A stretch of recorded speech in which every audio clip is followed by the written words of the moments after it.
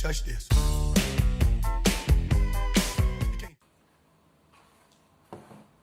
La corrección política. Qué tema tan complicado. Vamos a opinar. En principio, ¿qué es la corrección política? El diccionario lo define como una serie de acciones y usos del lenguaje que tienden a evitar la ofensa hacia otros, especialmente a raíz de cuestiones tales como la raza, la clase, el cuerpo y la sexualidad. O sea, evitar formas de expresión o de acción que excluyan o marginen a un grupo discriminado o con alguna desventaja social. En definitiva, podríamos decir que la corrección política se vincula con los criterios de regulación de los discursos y prácticas en relación con una serie de problemáticas sociales.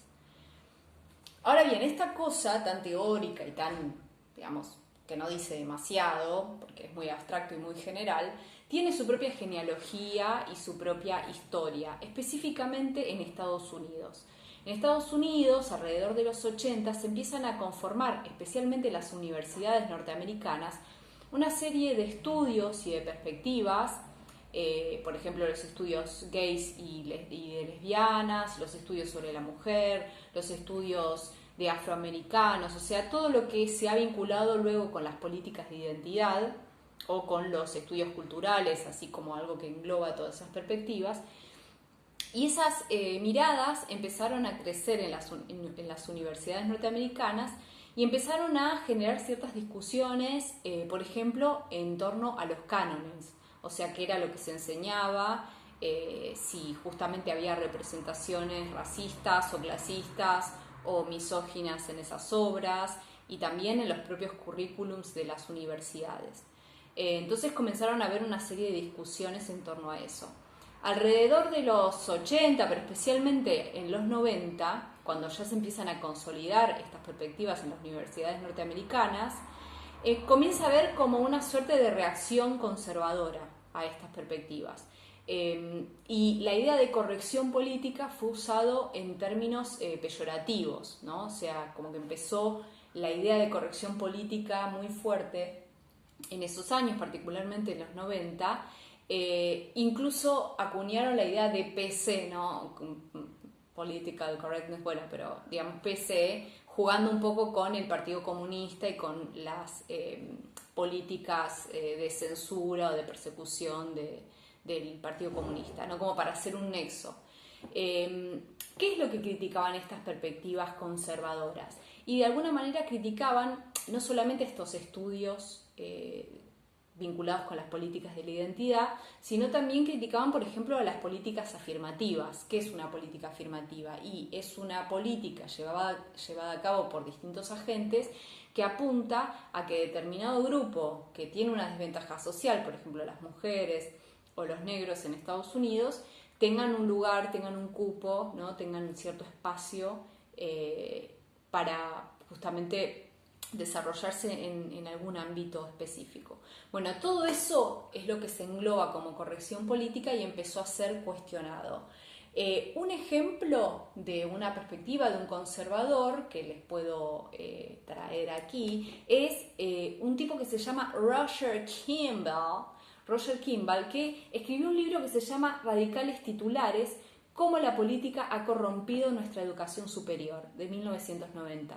Y en ese libro plantea algunas frases como: la corrección política es una manifestación de lo que algunos llaman el fascismo liberal.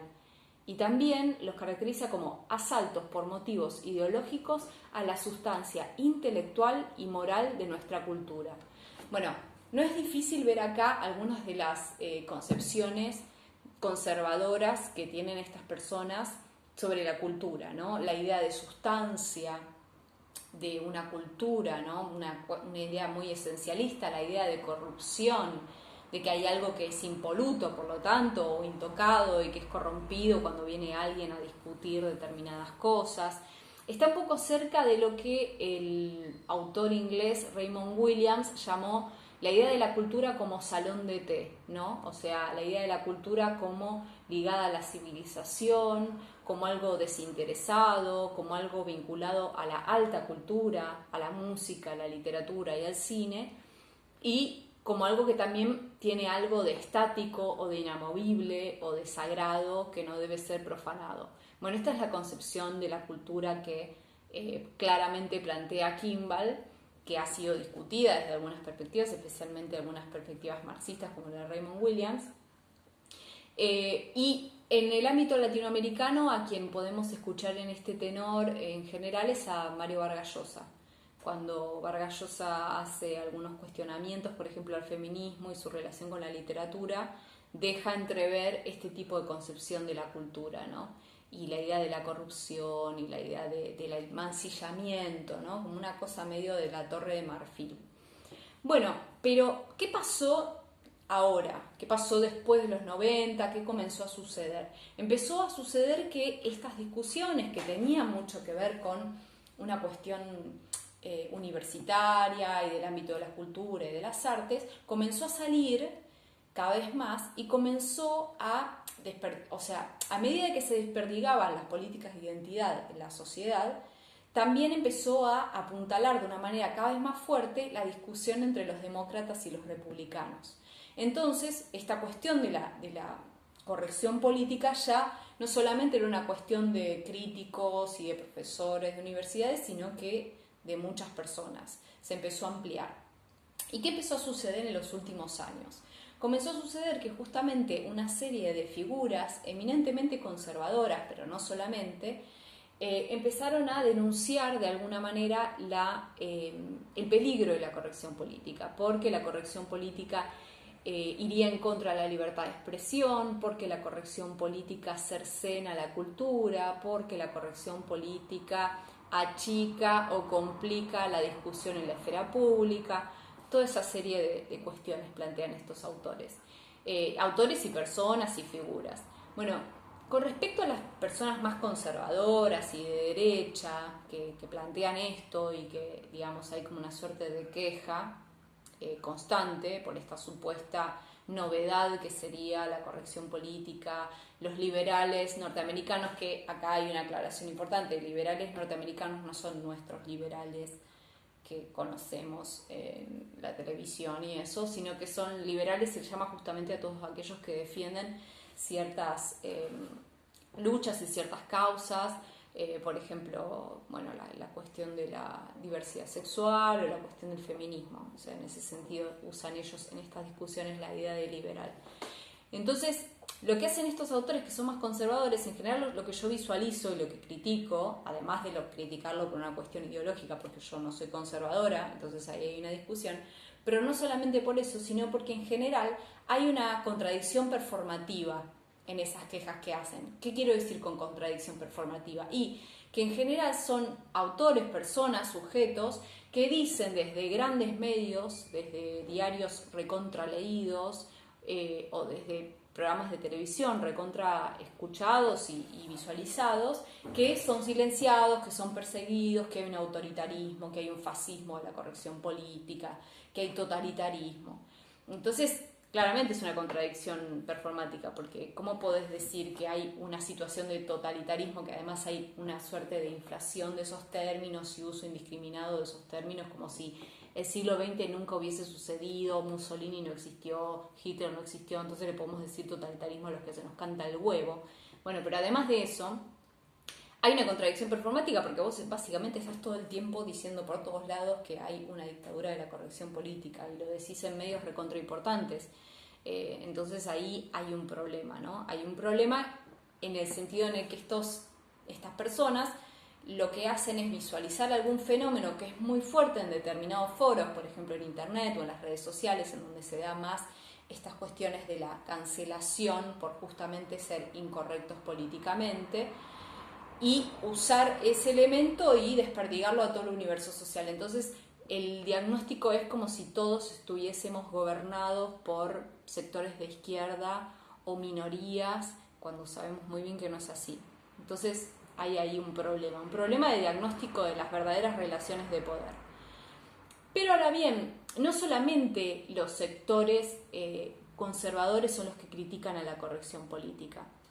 También hay una serie de críticas últimamente, especialmente de algunas personas que forman parte del progresismo norteamericano o de las izquierdas, y que comienzan a visualizar especialmente la cuestión de la cultura de la cancelación como una suerte de hermana bully o el brazo armado de la corrección política, que es justamente este automatismo en un punto que apunta a que si hay alguien que es incorrecto políticamente, si dice algo ofensivo, si dice algo problemático, inmediatamente es anulado, es cancelado, no se lo consume más o no se lo lee más.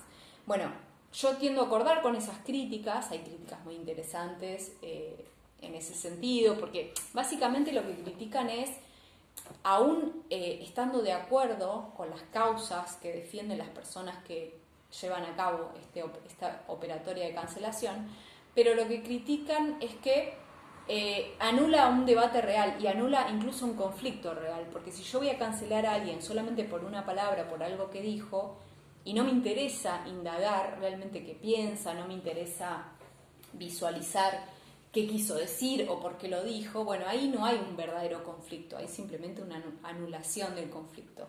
Y además también porque la idea de la cancelación no tiene en cuenta un devenir, no tiene en cuenta justamente que alguien puede ser seducido para pensar diferente o puede pensar de otra manera en otro momento. Es como que de alguna manera magnifica, porque sucede eso con la cancelación, a veces alguien es cancelado por una cosa que dijo por ahí medio desdichada, y a la vez cierra y corta la posibilidad de pensar de otro modo.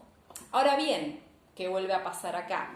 Que muchos conservadores o muchas personas le dicen cancelación a cualquier cosa, le dicen cancelación a que te critiquen o que te pregunten o te bardeen porque vos dijiste algo que es ofensivo y que por ahí realmente lo crees. Entonces ahí hay algunas figuras que utilizan esa crítica a la cancelación solamente para pasar por encima del conflicto, y lo hacen simplemente porque antes tenían una posición de privilegio que justamente les permitía no ser criticados por determinadas cosas, y ahora sí son criticados y dicen no, cultura de la cancelación, no, corrección política. Un caso es el de Sirven, por ejemplo, que fue justo cuando estaba preparando este video. Vos decís conurbano africanizado, utilizás una expresión que La Nación viene usando hace un montón, pero la diferencia es que ahora alguien te va a cuestionar, porque te va a cuestionar qué tipo de sustancializaciones, qué tipo de imaginarios, qué tipo de representaciones vos estás poniendo en juego para decir eso,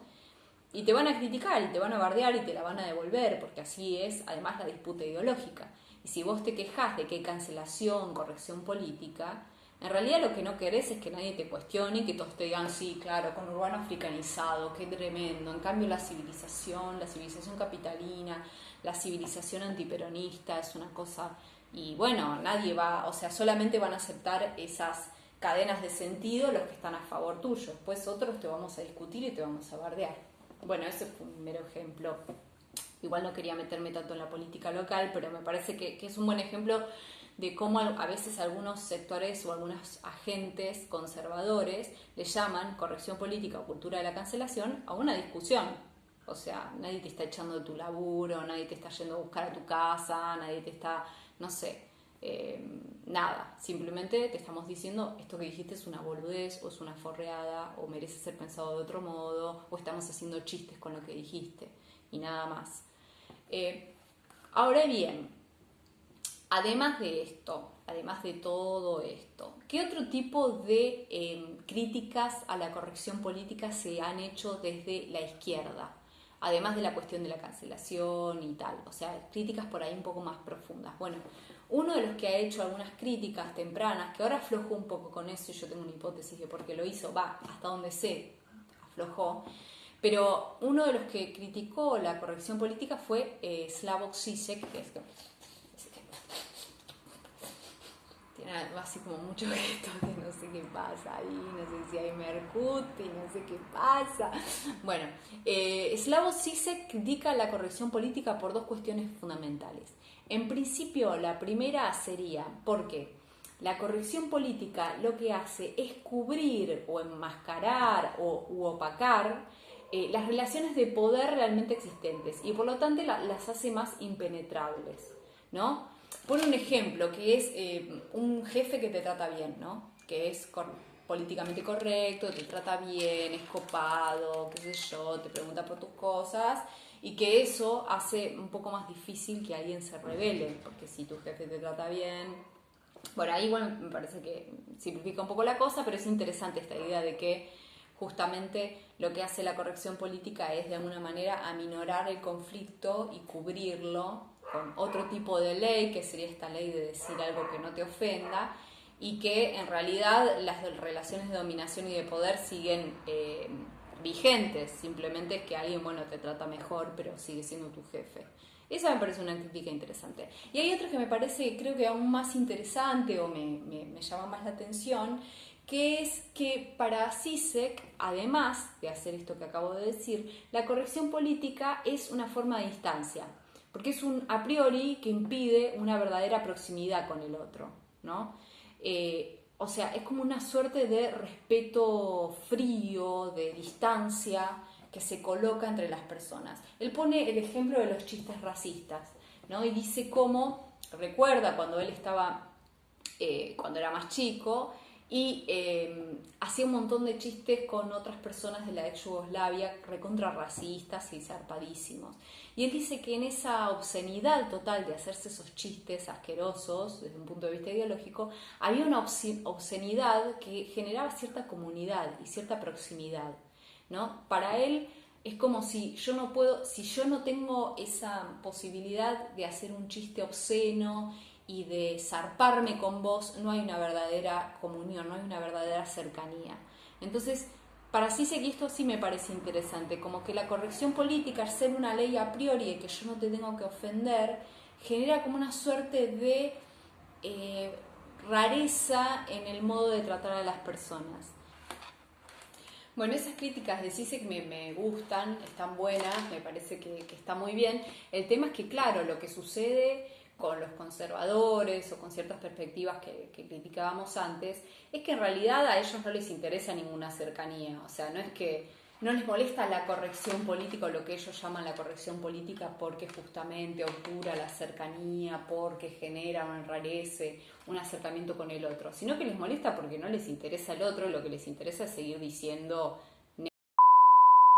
o sea, porque en realidad les interesa seguir continuando un modo, un orden social que se basa en esas diferencias y que no tiene ningún tipo de problema de que existan esas diferencias y que las quiere seguir sosteniendo.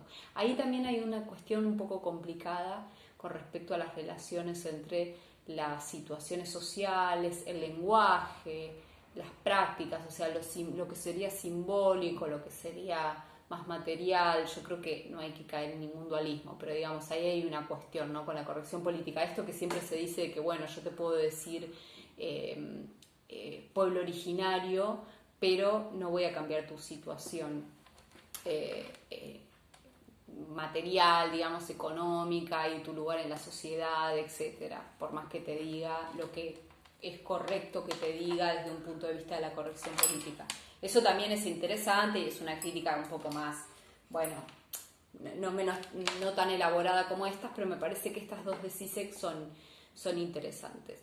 Pero yo creo que de alguna manera, coméntenme si no es así, pero yo creo que Zizek empezó como a bajar un poquito el cambio con esto, y yo creo que también porque empezó a ver que quizás la gente que lo aplaudía, no sé si aplaudía por las razones por las cuales él estaba criticando la corrección política. Él cuando hizo la charla, la discusión con Jordan Peterson, que después enloqueció, ven, la derecha te destruye. Bueno, justo estaba criticando a Jordan Peterson y se cortó la luz.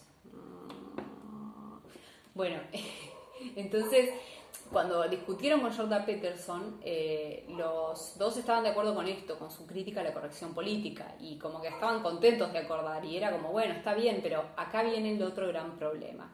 las personas que son de izquierda, las personas que están a favor de ciertas causas, pero les molesta la corrección política, les molesta la cultura de cancelación, ¿cómo pueden hacer para criticarlo y no terminar siendo la pata progresista o la pata de izquierda de un montón de conservadores que en realidad la están cuestionando por otros motivos muy diferentes? Y esto me lleva a presentar 2 episodios importantes en los que la cuestión justamente de la corrección política, de la cancelación, fueron importantes. El primer episodio fue el de la carta de Harper. La carta de Harper, que se publicó en julio del 2020, es una carta que se llamó justamente una carta sobre la justicia y el debate abierto. Harper es un medio norteamericano, ¿no? Esta carta fue firmada por varios académicos, periodistas, escritores, algunos como, bueno, Noam Chomsky, Rowling, la escritora de Harry Potter, bueno, otros más. Lo que hace esta carta es reconocer las luchas por la diversidad y las protestas en Estados Unidos, dice todo bien, buenísimo, pero alerta o critica cierto clima de intolerancia generalizado en todos lados y critica también ciertas amenazas o reprimendas que habrían sufrido varios autores y figuras justamente por la corrección política, por decir algo inadecuado, por decir algo que fuera de lugar. Bueno, el caso más sonante es el de Rowling, ¿no? Que lo hemos visto, o sea, la autora de Harry Potter que dijo varias cosas transfóbicas y fue criticada por eso, por un montón de gente. Bueno, ese es un caso, ¿no? Por ejemplo. Pero se refieren a otros casos. En realidad la carta, si uno la lee, dice, bueno, está bien, puede ser que diga cosas más o menos atendibles, está bueno que a veces todos paremos un cambio, digamos, a ver, estaría bueno que empecemos a discutir, que no haya un clima de intolerancia, que nos podamos escuchar. Ahora bien, ¿cuál es el problema y qué es lo que fue criticado de esta carta? En principio que la idea de la intolerancia y de la falta de libertad de expresión es un poco amplio y que justamente no distingue estas cosas que yo decía antes. O sea, una cosa es que alguien te censure, que alguien te deje sin trabajo, que ha pasado en Estados Unidos, a ver, no digo que no. Y otra cosa es que simplemente haya una discusión y haya un debate. Y ya, digamos, o sea, que vos digas algo y que otra persona, y que no es que, porque en el caso de Rowling, por ejemplo, no es que dijo una vez una cosa transfóbica, no es que, bueno, hizo un chiste desafortunado, no, lo viene diciéndose varias veces. Entonces uno en ese caso dice, a ver, ¿estás en desacuerdo con que te discutan? ¿Estás en desacuerdo? Se podrá decir, bueno, lo que pasa es que a la mina no solamente la criticaron por esos dichos, sino que no compraron más su libro, sacaron sus libros de las bateas.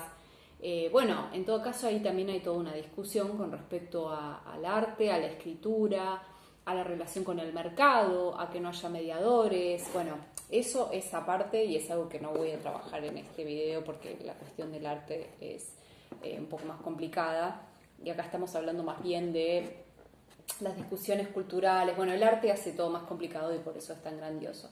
Eso lo vamos a dejar para la próxima. Pero, digamos, esa es una crítica quizás adecuada a la carta. Es como, bueno, hablan de corrección política, hablan de sanciones y no entendemos bien a qué se están refiriendo, a qué apuntan. Es un poco vago.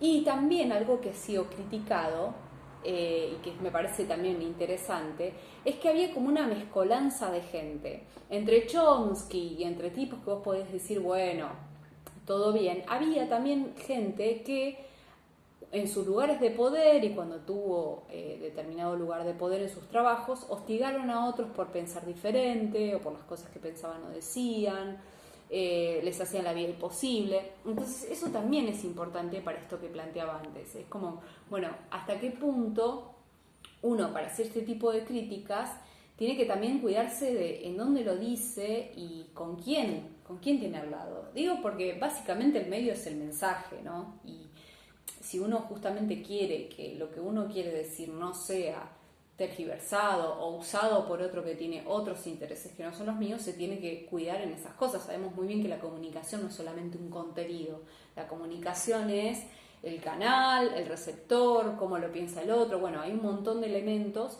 que justamente tienen que ver con un mensaje. Entonces, a ver, vos sos una persona de izquierdas o progresista, que te hincha las pelotas de corrección política, que sentís que hay un clima en el que no se puede decir nada y que ya te está molestando eso y querés criticarlo, bueno, mirás al lado y ves que hay un tipo que cuando era jefe era medio choto y decís, bueno, che, no sé si quiero firmar esto. Qué sé yo, es algo complicado, no estoy diciendo que eso aminore o borre de plano los argumentos de la carta de Harper, pero es algo importante también a tener en cuenta porque si no, caemos por ahí algunas trampas del sentido, justamente por todo lo que tiene que ver con no solamente el contenido de lo que digo, sino en dónde lo digo.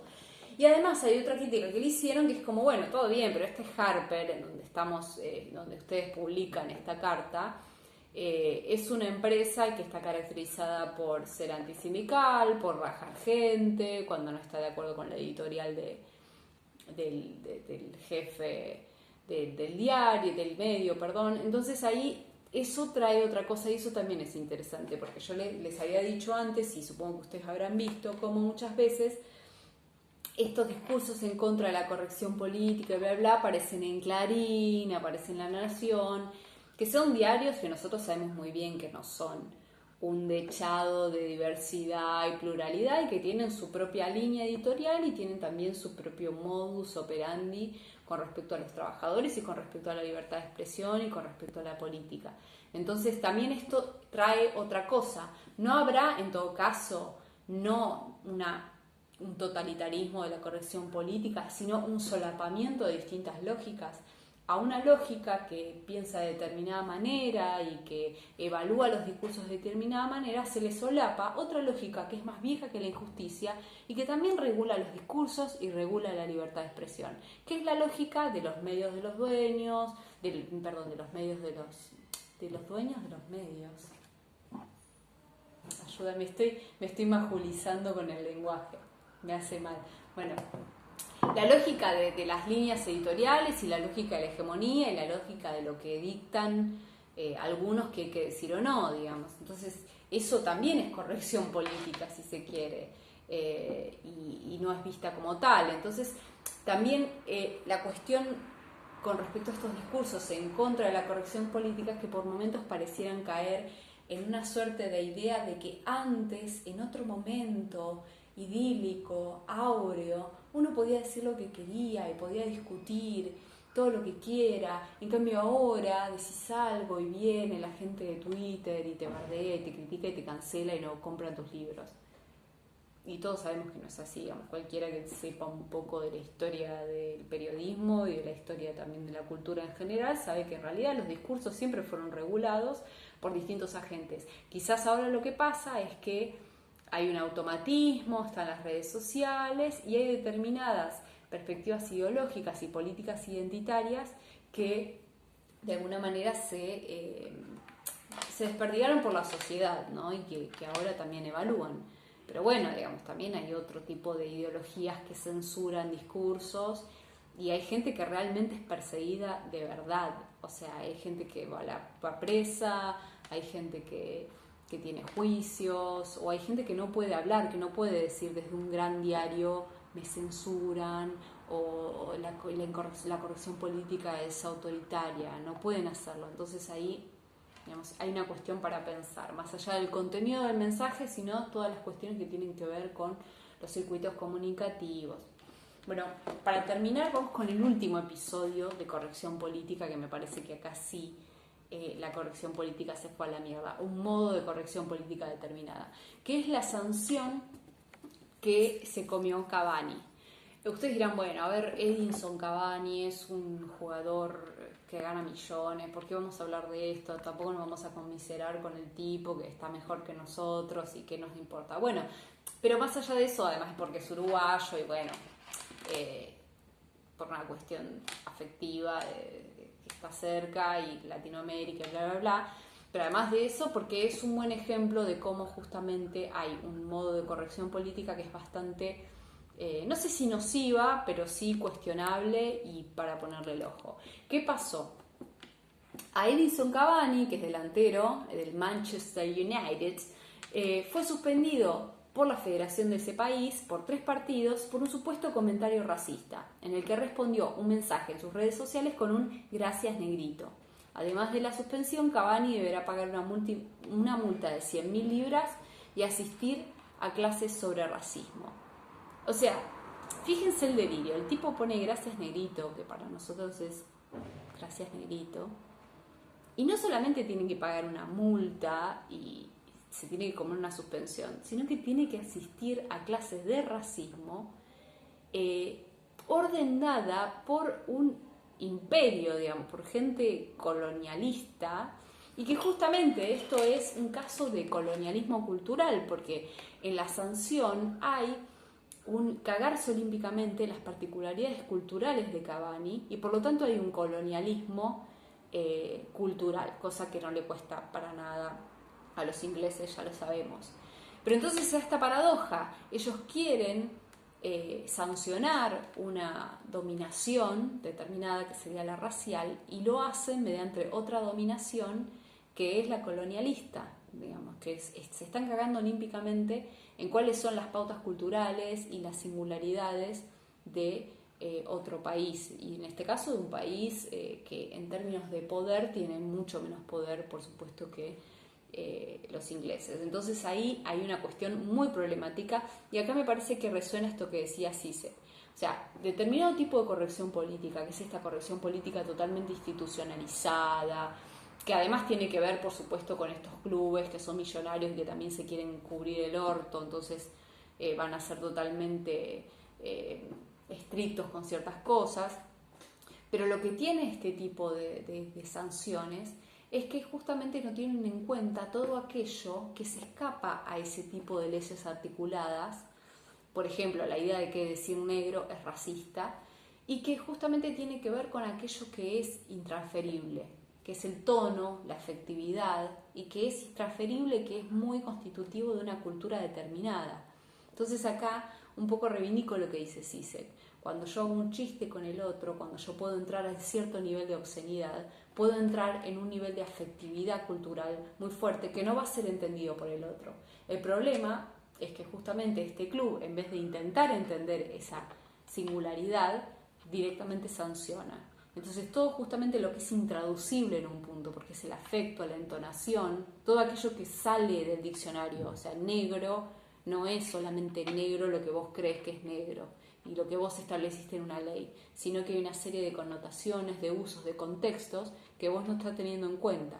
Entonces, en ese sentido, me parece que es un buen ejemplo de justamente cuando la corrección política se convierte en nociva e incluso apaga la singularidad del otro, apaga cualquier tipo de ambigüedad, cualquier tipo de afectividad, ¿no? Y es una cosa muy fría que no tiene en cuenta ningún tipo de contexto.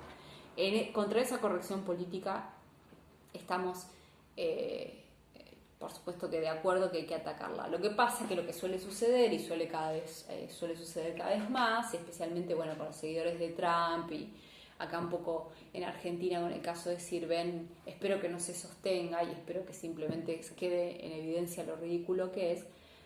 Pero me parece que lo que hay que hacer cuando pensamos en este tema es ser lo más analíticos posibles, o sea, distinguir y diferenciar. ¿A qué le estamos llamando corrección política? ¿A qué le llamas vos corrección política? ¿Qué es lo que te molesta de esto?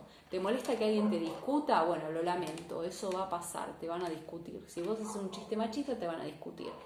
¿Es deseable que te cancelen y te hagan mierda y amenacen a tu familia porque hiciste un chiste machista en una red social? Y no, seguramente que ahí ya nos estamos yendo un poquito a la mierda y hay que pensar algo más. Todos somos de alguna manera culpables en esto y también víctimas, porque vieron que existe esa frase de Warhol que decía que en el futuro todos vamos a tener nuestros 5 minutos de fama. Bueno, ahora todos vamos a tener nuestros 5 minutos de cancelación, y es así. Está bueno que pensemos, porque básicamente la cuestión es, vos estás discutiendo con alguien por un chiste que hizo pero que realmente no lo siente, o vos estás discutiendo con alguien que realmente siente lo que siente. Porque como yo soy conflictualista y me encanta discutir de política, pero me gusta o me gustaría que el que está enfrente discutiendo conmigo realmente crea las cosas que yo creo que cree, y no que yo ya realice una serie de operaciones y de prejuicios a partir de una cosa que dijo en algún momento que puede ser desafortunada. Entonces, en ese sentido, me parece que es interesante revisarlo. Pero también me parece que es interesante recordar que la idea de la corrección política como un gran mal es un gran caballito de batalla de los conservadores y de las derechas varias, que utilizan eso porque justamente no quieren que haya cosas que se critiquen, y cuando justamente tienen que defender sus posturas dicen, bueno, a los hechos no les importan tus sentimientos. ¿Y cuáles son los hechos según estas posturas? Bueno, cosas que en realidad no son hechos, o en todo caso es discutible. Los hechos para estas personas son, por ejemplo, que tu identidad sexual se define a partir de tu realidad biológica, y eso es algo totalmente discutible. O los hechos para estas personas podrían ser que las mujeres y los hombres piensan de determinada manera, entonces por eso tienen determinadas aptitudes y determinados lugares sociales, cosa que es totalmente falsa. Entonces, por eso hay que tener muy, pero muy, muy en cuenta en dónde se dice, quién lo dice, para qué lo dice, sobre qué está predicando lo que dice. Y para eso ser analíticos y decidir a partir de eso qué pensamos sobre la remanida corrección política. Falta la cuestión del arte, que como les dije es otra cosa, porque el arte tiene un estatuto excepcional en nuestra cultura y además es muy diferente todas las discusiones y todos los dilemas. Esto que dije me parece que más bien apunta a la cultura, las discusiones políticas, las discusiones periodísticas, esas cosas. Después el arte ya es otra cosa que quizás si les gustó vamos a tratar en otro episodio. Bueno, yo y Luis y yo vamos a despedirlos y bueno, comenten, suscríbanse, pidan cosas y espero que les haya gustado. Bueno, traté de tirarles algunos autores que por ahí pueden ser interesantes, tanto conservadores como todas las campanas. Acá escuchamos todas las voces, todos son bienvenidos. Así que bueno, hasta el próximo video y nos vemos. Chao.